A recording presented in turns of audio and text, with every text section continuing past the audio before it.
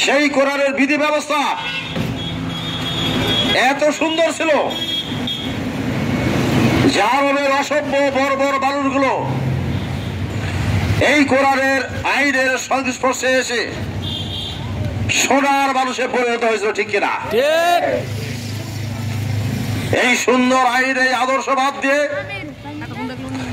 আজকে আমরা লক্ষ্য করছি আমাদের দেশে বিগত 54 বছর ধরে যে দলগুলো ক্ষমতা আসছে বারবার, তার মধ্যে জাতীয় পার্টি আসছে 2 বার, বিএনপি 5 বার সরকার গঠন করেছে, আওয়ামী লীগ 5 থেকে 6 বার সরকার গঠন করেছে। এই দলগুলো কোরআনের আইনের ধার ধারণায়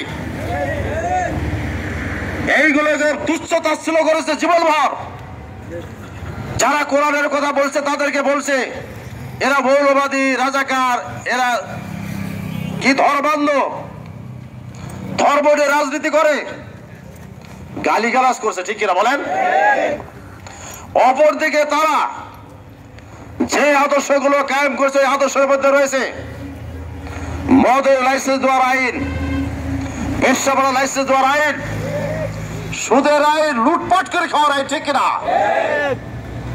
ওরা ওই সব ব্রিটিশ বেলিয়া ইহুদি রাসার আইন 54 বছর জাতির ঘাড়ের ওপর চাপিয়ে দিয়েছে, জাতির সর্বনাশ করেছে। চোরের সংখ্যা বেড়ে যাচ্ছে, জেলাকারীর সংখ্যা বেড়ে যাচ্ছে, ধর্ষণের সেঞ্চুরি হচ্ছে। এইসব পচা আইন দেশ থেকে আউট করে দিতে হবে, ঠিক কিনা? বাঁচার একমাত্র পথ হচ্ছে আল্লাহ রসুলের আইনকে মেনে চলা, আল্লাহর আইন মেনে চলা, কোরআনের আইন মেনে চলা, ঠিক কিনা?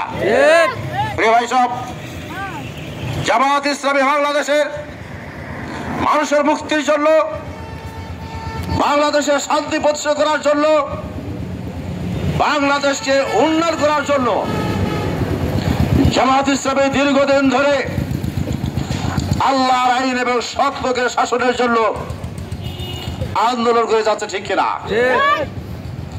জামাত ইসলামের এটা মুখের কোনো বুলি নয়।